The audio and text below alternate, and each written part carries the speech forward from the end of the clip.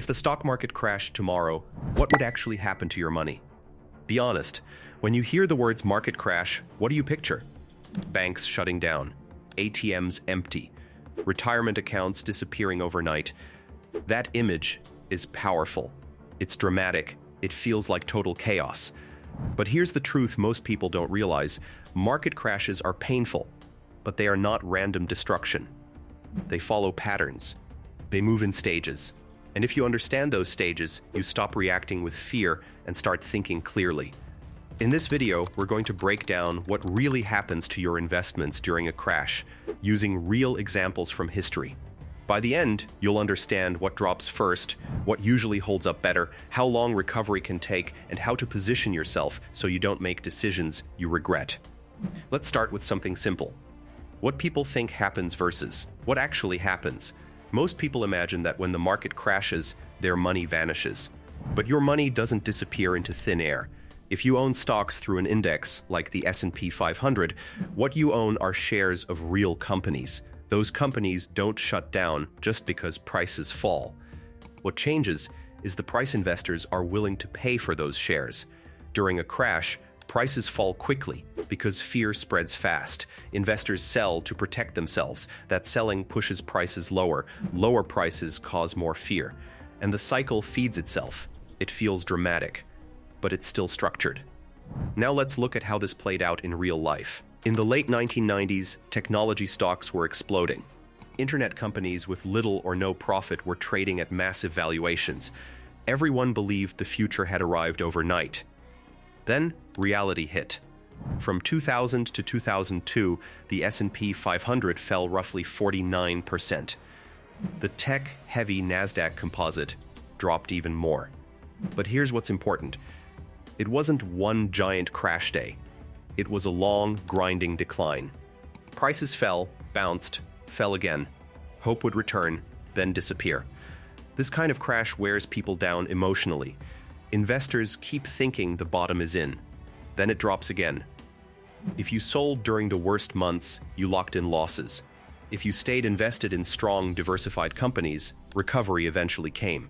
It took time, but it came. The key lesson? Not all crashes are fast. Some are slow and exhausting. Now let's talk about 2008. This one was different. This wasn't just hype unwinding. This was fear about the entire financial system. As banks began failing and credit markets froze, confidence disappeared almost overnight. From peak to bottom, the S&P 500 fell about 57%. That's more than half. Here's what most people don't realize. The market bottomed in March 2009. At that time, the news still looked terrible. The Dow Jones Industrial Average dropped more than 900 points. Unemployment was rising. Foreclosures were everywhere. Headlines were negative every single day. But markets move before the news improves. By the time the economy looked better on paper, the market had already started recovering. This is one of the hardest parts about crashes. The moment that feels the worst emotionally is often very close to the bottom financially. If you sell when fear is highest, you usually miss the rebound. Then came 2020. When the pandemic hit, the market dropped about 34% in just over a month. It was one of the fastest crashes ever recorded. There was no slow grind, no long warning. It was sharp and violent. But here's the twist. It was also one of the fastest recoveries. Massive stimulus and support from the Federal Reserve injected liquidity into the system. Confidence returned quickly. Within months, markets were climbing again. So now we've seen three types of crashes. A slow unwind, a system-wide crisis, a sudden shock with a rapid rebound. Different causes, different speeds, but similar patterns underneath. What happens inside the market during a crash? Let's break this down clearly. First, volatility spikes. Prices start swinging wildly from day to day. A 3% move becomes normal, then 5%, sometimes more.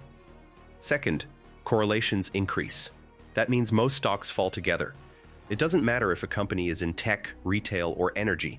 When panic spreads, investors sell broadly. But not everything falls equally. During the 2008 crisis, consumer staples companies like Procter & Gamble held up better than high-growth stocks. Healthcare giants like Johnson & Johnson also proved more stable. Why? Because people still buy toothpaste, soap, and medicine during recessions.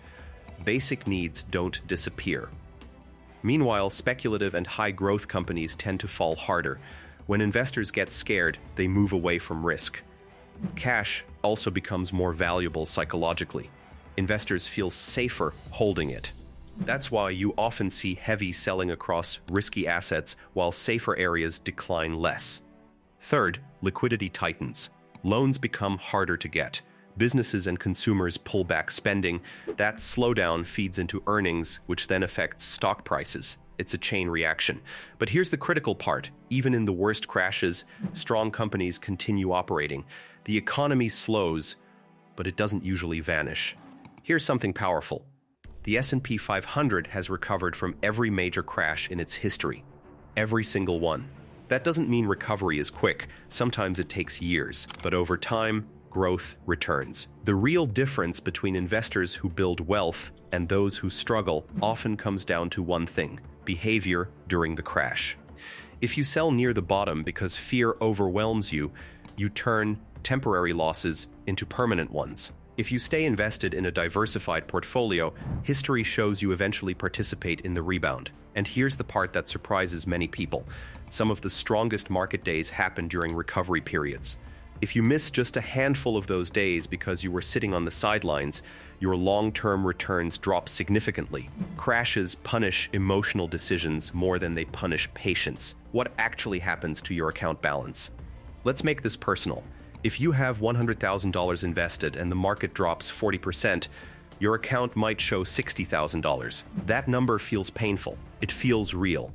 But unless you sell, that loss is not locked in. Your shares are still there. Their market value is lower because investors are pricing in fear and uncertainty. If recovery begins and markets climb back, that $60,000 can rise again. This is why time horizon matters so much.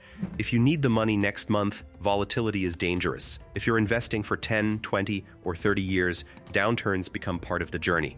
Crashes transfer money from the impatient to the patient. So how do you prepare without living in fear? The goal isn't to predict the next crash perfectly. The goal is to be positioned so that if it happens, you're not forced into bad decisions. Start with diversification. If your entire portfolio is concentrated in one sector, especially high-growth stocks, you're more exposed to sharp drops. Spreading investments across industries and asset types reduces damage when one area falls hard. Next, understand your risk tolerance. If a 30% drop would cause you to panic sell, your portfolio might be too aggressive for your comfort level. Having some liquidity also matters. When markets fall, opportunities appear. Investors with cash can take advantage of lower prices instead of being forced to sell. And finally, control your mindset. Remind yourself that crashes are not new. They are part of market cycles. They feel dramatic in the moment, but history shows they are temporary, because the market will crash again someday. That's not fear talking, that's history talking. But for investors who stay disciplined, diversified, and patient, crashes are chapters, not the ending. And that shift in thinking changes everything. Prepare, don't panic.